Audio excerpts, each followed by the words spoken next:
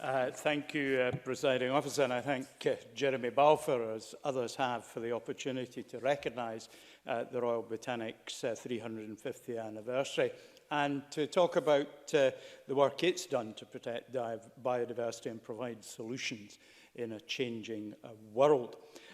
Jeremy Balfour referred to the founders, Balfour and Sibbald, who wanted to study plants for medicinal purposes. And of course, Edinburgh was very much, particularly in the early thousands, the centre of medical research in Europe. 350 years after its foundation, the Royal Botanics continues to be a national and international treasure, attracting over 1 million visitors annually. And over the weekend, my intern, Irene Wu, who has helpfully provided my speaking notes, chose to visit the Botanics in only her second week in Edinburgh. So it got up her agenda, and she was astonished, she tells me, by the greenery of it all and the diverse plant life that she saw. Very different, I think, from the quite arid climate in California to which she is more naturally accustomed. The beauty is well deserving of appreciation, but more to the point is the mission to science, conservation and education, to which various others have referred. They should be highly praised, as well as that being a large part of their focus. We praise also their accelerating species discovery.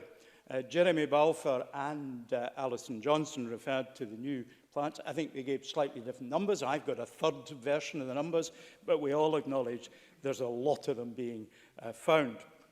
This year, they're hosting a wide range of events, from an expedition to Papua New Guinea to a big botanics birthday party, events which will bring attention to the climate crisis and loss of biodiversity, and of course the botanic's role in all this. Who's the culprit in all this? Of course, we all are, the human race. Our activity has been the biggest driver of climate change, pressuring wildlife to make room for us as we mismanage some aspects of agriculture, continue with urbanization, and pollute environments that too many species call their home. We know that 1 million species or thereabouts globally face extinction because of us.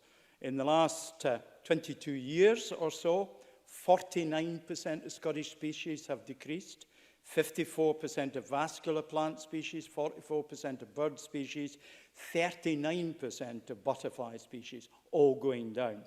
1 in 10 of Scottish species are at some risk of extinction.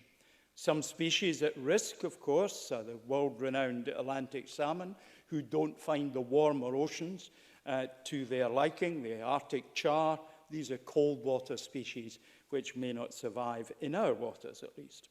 Our iconic habitats, peatlands, uplands, oak woodlands, are all vulnerable to the hands of climate change. As humans, we need biodiversity as it sustains the very ecosystems that keep us alive.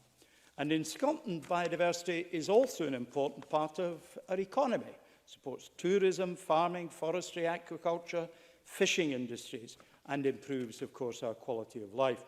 The Scottish Government's doing its bit to support the mission of the Royal Botanics through its diversity strategy and 2020 challenge, set with the United Nations Convention on Biological Diversity and the European Union's biodiversity strategy as well.